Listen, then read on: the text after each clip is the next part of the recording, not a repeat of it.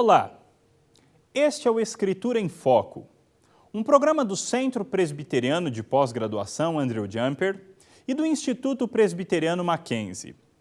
O episódio de hoje faz parte da série A Mensagem dos Evangelhos, uma série de 4 programas nos quais os evangelhos da Bíblia, Mateus, Marcos, Lucas e João, serão apresentados. Cada episódio apresentará de maneira introdutória o conteúdo e mensagem central de cada um deles. No programa de hoje, apresentaremos o Evangelho de Marcos, quem é o seu autor, a provável data de sua escrita e as ênfases peculiares que o distinguem dos demais evangelhos da Bíblia. Assim, fique conosco e conheça um pouco mais do Evangelho de Marcos.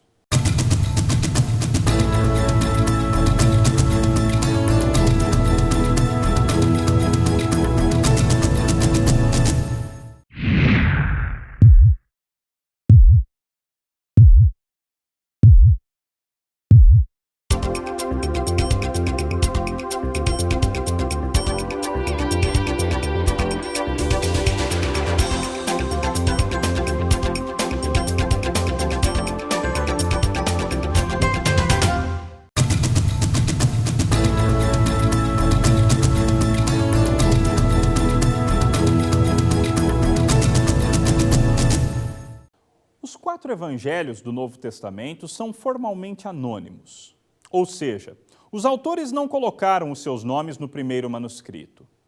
Assim que esses manuscritos começaram a ser copiados, entretanto, o nome dos autores foi incluído. Os líderes cristãos dos primeiros séculos, em seus escritos, concordaram em atribuir os evangelhos aos autores Mateus, Marcos, Lucas e João.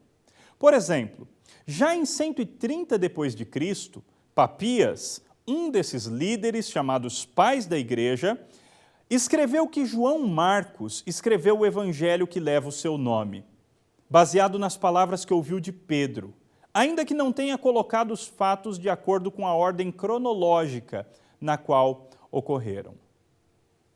Esse Marcos, autor do segundo evangelho, é aquele jovem que acompanhou Paulo e Barnabé em sua primeira viagem missionária, mas que desistiu de continuar a viagem. Barnabé e Paulo se separaram na segunda viagem porque Barnabé quis levar Marcos consigo, mas Paulo não concordou em levar aquele que os tinha abandonado da primeira vez. Apesar disso, em uma de suas últimas cartas, Paulo pede que Timóteo traga João Marcos, pois ele seria útil para o ministério. Paulo soube reconhecer o valor daquele que outrora havia desertado.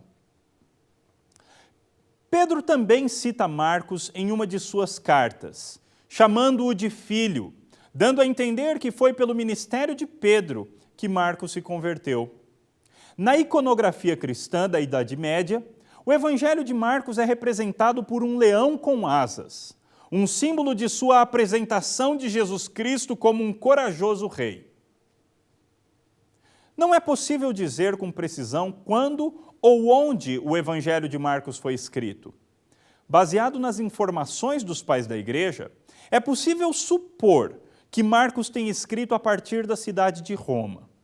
A discussão sobre a data do Evangelho de Marcos torna-se ainda mais complicada, pois ela depende da datação dos outros evangelhos, Mateus e Lucas.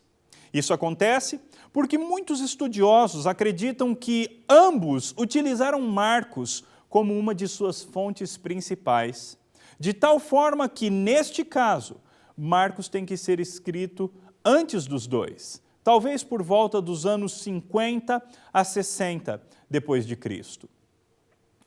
Quando se afirma que Marcos escreveu a partir de Roma, torna-se mais provável que ele tenha escrito para os próprios romanos. Novamente, essa é apenas uma conjectura, mas ao olhar para o Evangelho, percebe-se que, de fato, Marcos estava escrevendo para não-judeus, ou, como são chamados na Bíblia, para gentios. Diferente de Mateus, Marcos explica os costumes judaicos que cita e traduz expressões aramaicas. Além disso, o tom crítico do Evangelho mostra que ele não seria tão bem recebido por judeus contemporâneos de Marcos.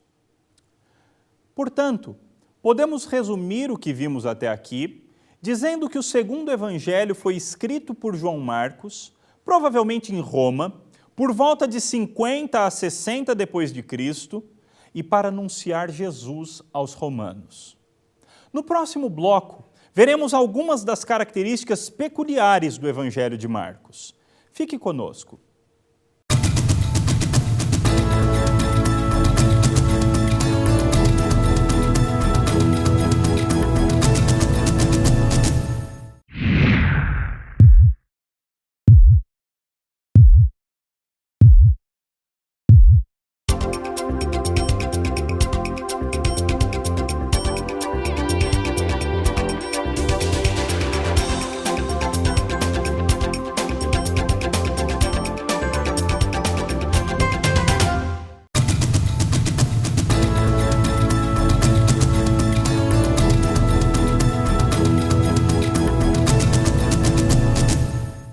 No bloco anterior, vimos algumas informações introdutórias sobre o segundo evangelho, seu autor, prováveis destinatários, data e local de escrita.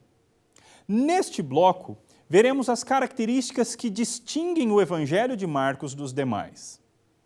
Uma dessas características é a brevidade do segundo evangelho.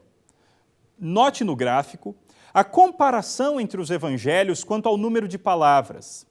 Enquanto Mateus e Lucas têm em torno de 18 a 19 mil palavras, Marcos tem cerca de 11 mil palavras em sua versão grega. Outra característica de Marcos é ser um evangelho missionário. Marcos dá uma grande ênfase em missões. Jesus exerce o seu ministério em todos os lugares de Israel e também entre não-judeus. Jesus instrui um homem que fora endemoniado na cidade greco-romana de Gerasa, no norte do Jordão, que anuncia aos seus a libertação que recebera. O templo é definido como casa de oração para todos os povos. O sermão profético ensina que um dos sinais da vinda é a pregação a todas as nações. E Jesus ordena aos discípulos que saiam pelo mundo pregando o evangelho. Outra característica peculiar a Marcos, além da brevidade e do aspecto missionário, é o que convencionou se chamar de segredo messiânico.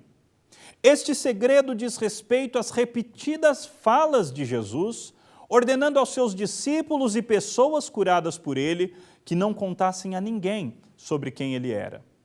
Um dos textos mais claros que apresentam essa característica está em Marcos 8, 27 a 30.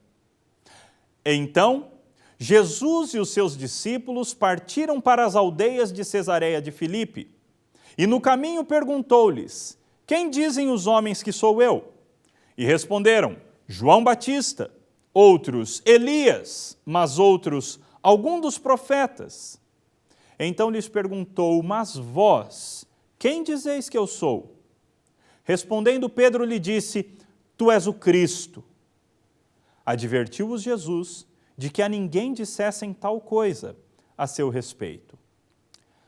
Marcos relata pelo menos mais 5 outras ocorrências nas quais Jesus adverte seus seguidores da mesma forma. Existe muito debate quanto ao motivo pelo qual Jesus agiu assim. Alguns intérpretes afirmam que a razão era para conseguir desempenhar seu ministério até o fim e para não ser mal compreendido.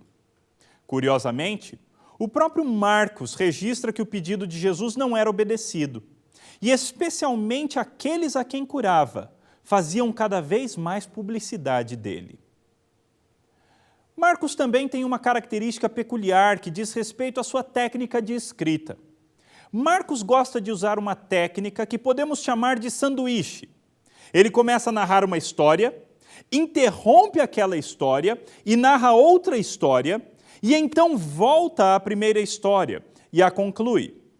O fator importante dessa técnica é que ela não é apenas um fator estilístico, mas possui o objetivo teológico de fazer com que o leitor entenda a história interrompida à luz da história narrada no meio. A última característica peculiar a Marcos que vamos abordar diz respeito à sua ênfase na identidade de Jesus como o Filho de Deus, por um lado, e o servo sofredor, por outro lado. O primeiro versículo de Marcos explicita seu tema mais importante: Evangelho de Jesus Cristo, o Filho de Deus. A divindade de Jesus Cristo é tão importante em Marcos que é possível detectar uma estrutura do Evangelho baseada exatamente nas declarações em que se baseiam essa doutrina. Observe no gráfico como as declarações mais importantes da divindade de Cristo ocorrem no começo, no meio e no fim do Evangelho. É exatamente neste meio do Evangelho que ocorre uma mudança no foco de Marcos. Na primeira metade, ele enfatiza o poder e a grandeza dos feitos de Jesus. Na segunda metade, enfatiza a perseguição, o sofrimento e a paixão de Cristo. Portanto, as características do Evangelho de Marcos que vimos são a brevidade, a ênfase em missões, o segredo messiânico, a técnica sanduíche e a identidade de Jesus como Filho de Deus e como servo sofredor. No próximo bloco, veremos o conteúdo de Marcos em forma de esboço. Entenderemos melhor como o evangelista organizou o seu material de acordo com os seus propósitos. Voltamos já.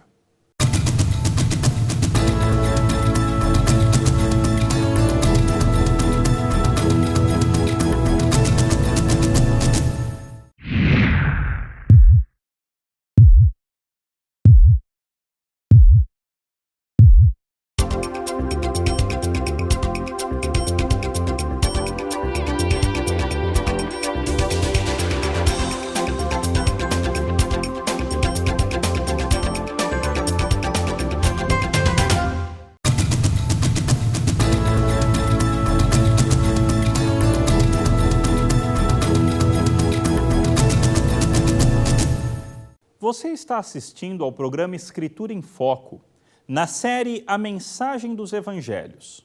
Estamos estudando hoje o Evangelho de Marcos. Nos blocos anteriores vimos características ligadas à origem e composição do Evangelho, autoria, data de composição, público-alvo, e vimos também as características relacionadas ao conteúdo. Neste e no próximo bloco, apresentaremos este conteúdo de Marcos e veremos como o evangelista organizou este conteúdo em seções menores, procurando discernir qual foi a lógica dessa organização. Na primeira parte do Evangelho de Marcos, capítulo 1, verso 2 ao capítulo 8, verso 26, Marcos apresenta Jesus como Deus encarnado. Marcos organiza seu evangelho dividindo-o ao meio. Nesta primeira metade, Marcos apresenta Jesus como o próprio Deus, cheio de poder para realizar grandes milagres.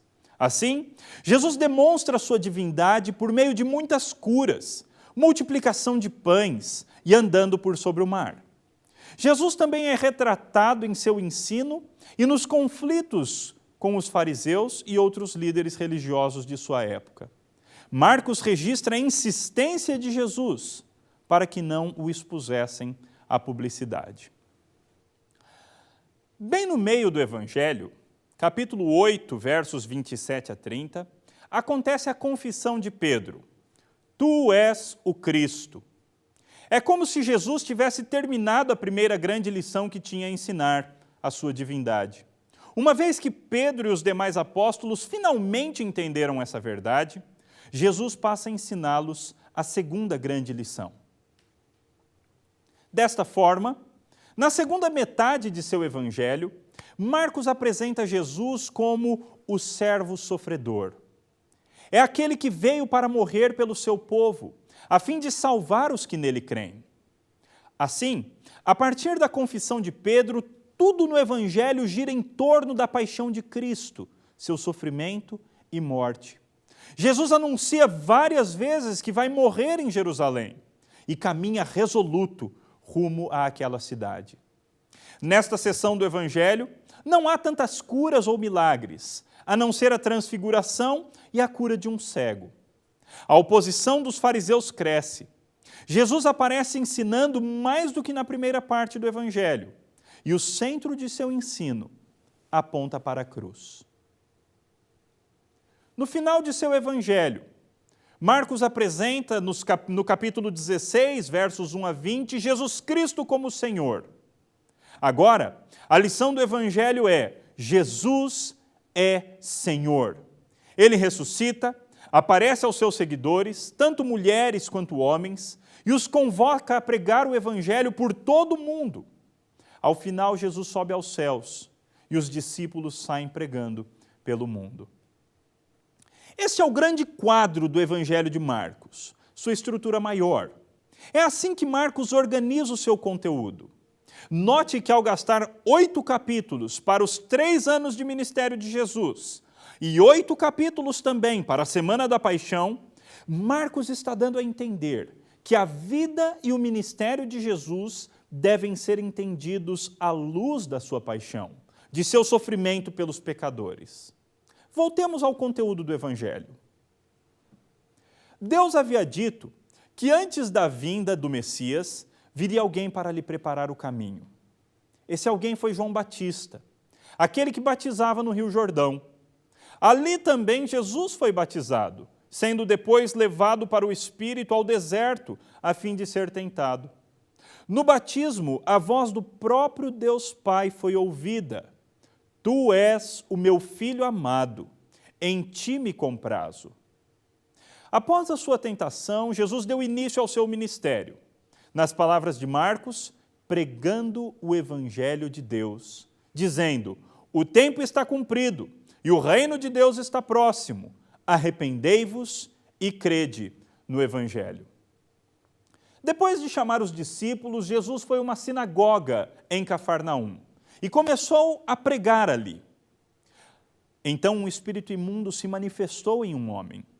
É interessante destacar que o espírito maligno também faz uma declaração da identidade de Jesus quando diz: Que temos nós contigo, Jesus Nazareno? Vieste para perder-nos? Bem sei quem és, o Santo de Deus. Jesus expulsou aquele demônio e libertou aquele homem. E este tornou-se o primeiro milagre narrado por Marcos. Depois disso, a fama de Jesus se espalhou por toda a Galileia.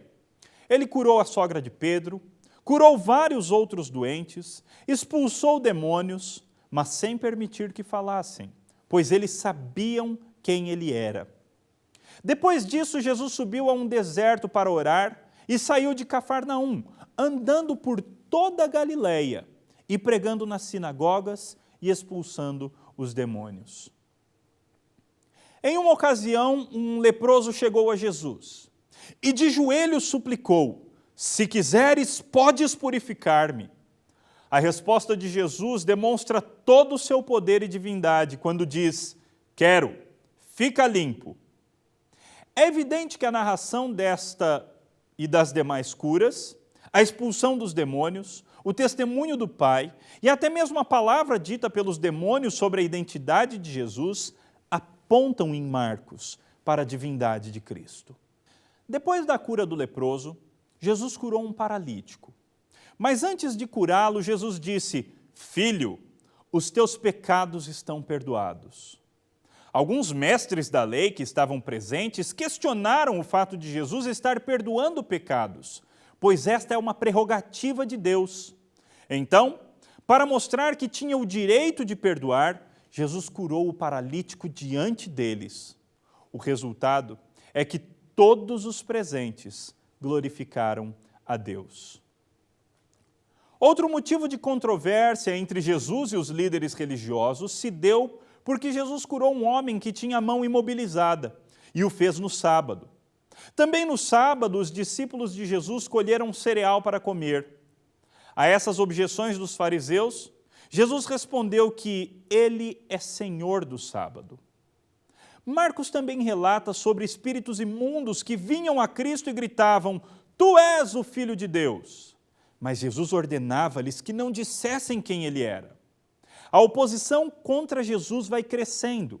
E no capítulo 3 de Marcos, a família de Jesus pensa que ele está louco.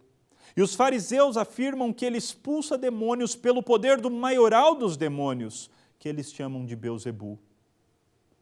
Neste ponto do Evangelho, Jesus encontra-se em Cafarnaum. Depois disso, ele vai em direção ao Mar da Galileia, pregando, mas utilizando uma figura de estilo chamada parábola. Quando Jesus chega ao Mar da Galileia, entra em um barco junto com seus discípulos para ir ao outro lado da margem.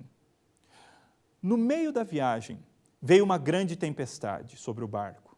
E Jesus então ordenou ao mar: acalma-te, emudece. E o resultado foi uma grande calmaria. Do outro lado do lago, de Genezaré, que é o outro nome que o Mar da Galileia recebe na Bíblia, Jesus expulsou o demônio de um homem. Esse demônio trata Jesus da seguinte forma: Jesus, Filho do Altíssimo.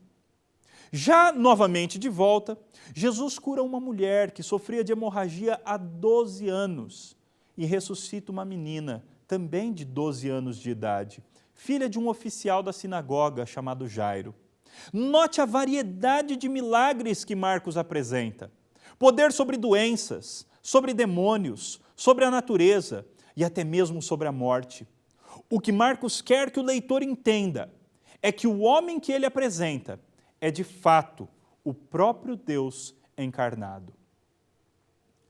Em meio às controvérsias dos fariseus contra Jesus, Marcos ainda mostra este multiplicando pães e peixes para alimentar uma multidão por 2 vezes, curando pessoas e andando sobre as águas. No Evangelho de Marcos, todas essas demonstrações de poder de Jesus culminam na declaração de Pedro. Note como o próprio texto agora apresenta uma mudança no foco do Evangelho. Então, Jesus e os seus discípulos partiram para as aldeias de Cesareia de Filipe. E no caminho perguntou-lhes: quem dizem os homens que sou eu? E responderam: João Batista, outros Elias, mas outros algum dos profetas. Então lhes perguntou: mas vós, quem dizeis que eu sou? Respondendo, Pedro lhe disse: tu és o Cristo. Advertiu-os Jesus de que a ninguém dissessem tal coisa a seu respeito. Então começou ele a ensinar-lhes que era necessário que o Filho do Homem sofresse muitas coisas, fosse rejeitado pelos anciãos, pelos principais sacerdotes e pelos escribas, fosse morto, e que depois de 3 dias ressuscitasse. Perceba como, após a declaração de Pedro, Marcos diz que então, ou seja, a partir daquele momento, Jesus começou a falar sobre o seu sofrimento. Nós veremos essa última parte do Evangelho em nosso próximo e último bloco. Fique conosco.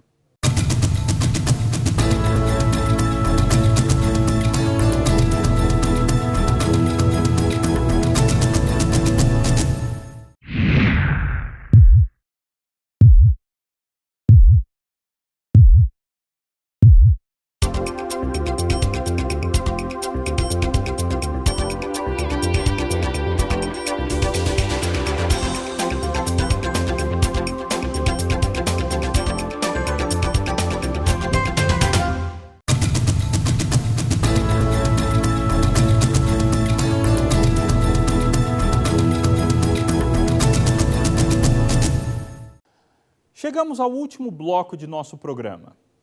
Vimos a primeira parte do Evangelho no bloco anterior, seu conteúdo e suas ênfases.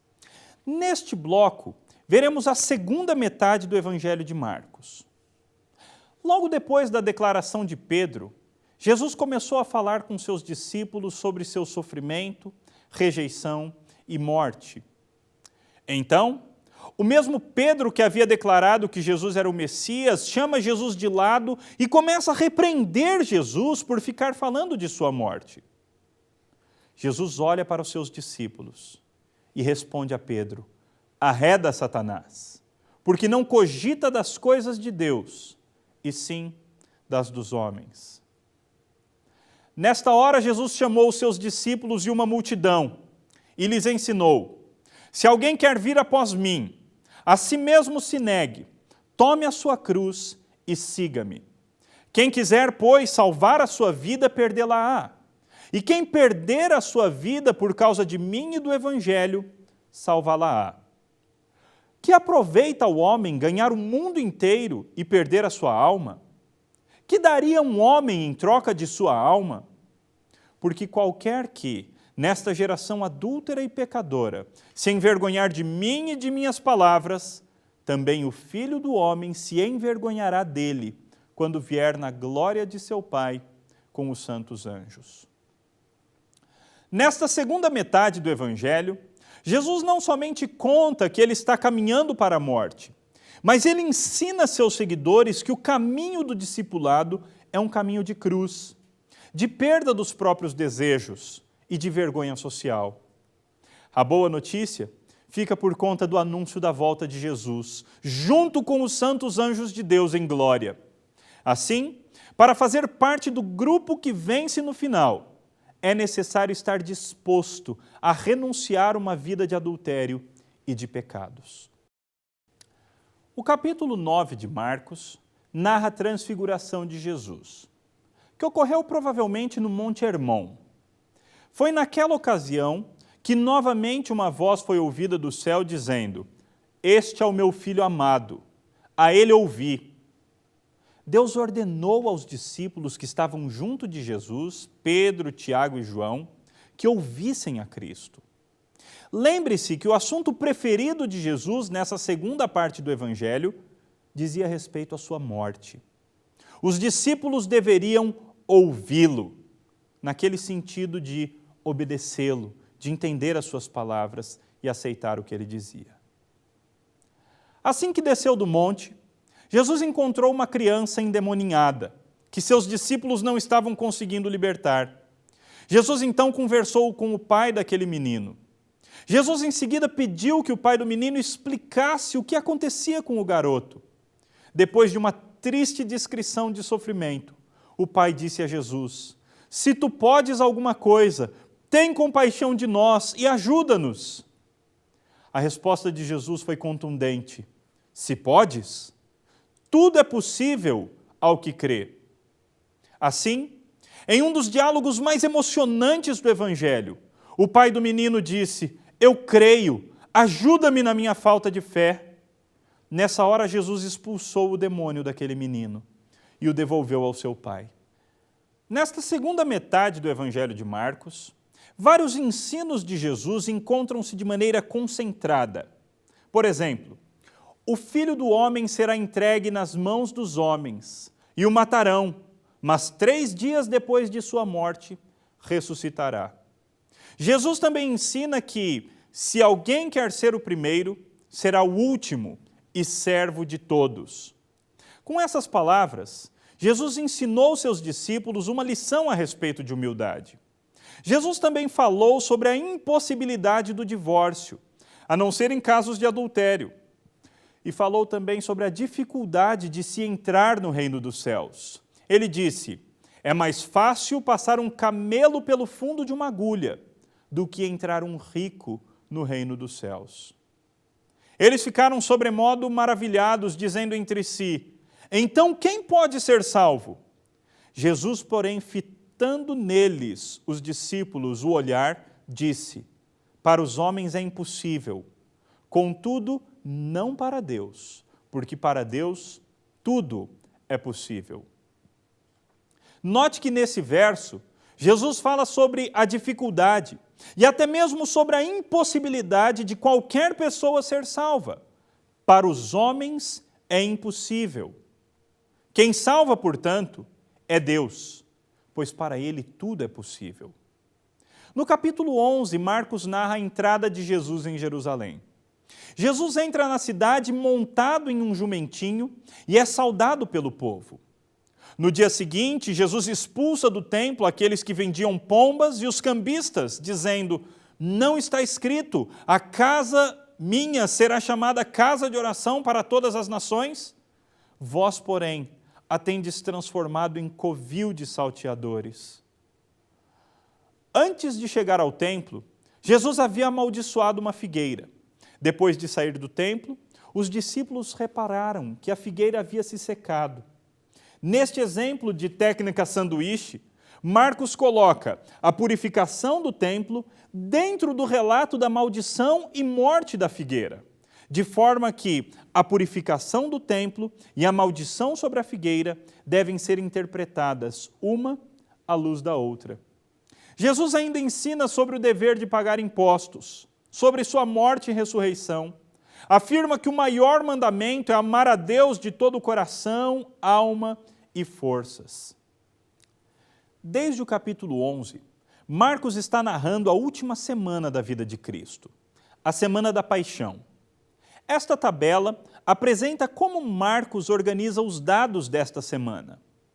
Destaque-se que, mesmo em meio aos sofrimentos e traições que o levaram à morte, Marcos relata o seguinte diálogo entre o sumo sacerdote e Jesus. Tornou a interrogá-lo o sumo sacerdote e lhe disse: És tu o Cristo, o Filho de Deus bendito? Jesus respondeu: Eu sou. E vereis o Filho do Homem assentado à direita do Todo-Poderoso e vindo com as nuvens do céu. Essa é uma das afirmações bíblicas mais claras do próprio Jesus a respeito de sua identidade. Não há mais segredo messiânico nesta parte do Evangelho. Não há mais mistério. Jesus anuncia que ele é o Messias e que ele, apesar de estar sendo condenado à morte, vai sentar-se à direita de Deus Pai e voltará para reinar. Como já vimos, Marcos também registra o testemunho do guarda que estava acompanhando tudo a respeito da morte de Jesus, quando este diz: verdadeiramente, este homem era o Filho de Deus. Depois disso, Marcos narra a ressurreição de Jesus, sua aparição para várias pessoas e sua ordem final aos seus seguidores. Ide por todo o mundo e pregai o Evangelho a toda criatura. Quem crer e for batizado será salvo. Quem, porém, não crer, será condenado. Marcos relata ainda que depois dessas palavras, Jesus subiu ao céu. E os discípulos saíram e pregaram por toda parte. E o Senhor cooperava com eles, confirmando sua palavra por meio de sinais. Marcos escreveu o seu evangelho para os romanos. Estes eram afeitos ao poder, à grandeza, à glória. Portanto, o problema de Marcos era como apresentar um Jesus que morreu uma morte humilhante de cruz, de forma que os romanos estivessem dispostos a ouvir.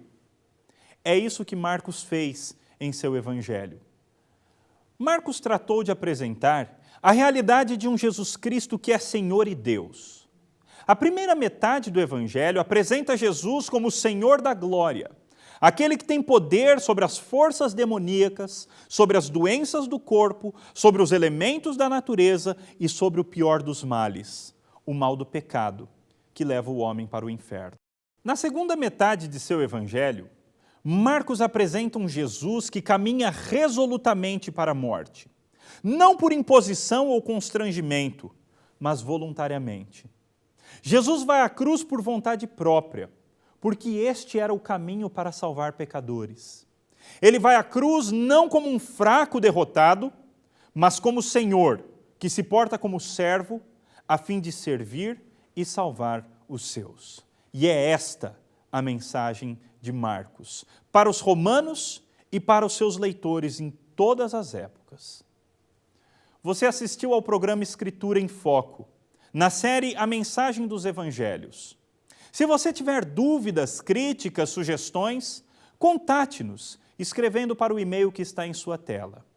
Que Deus o abençoe.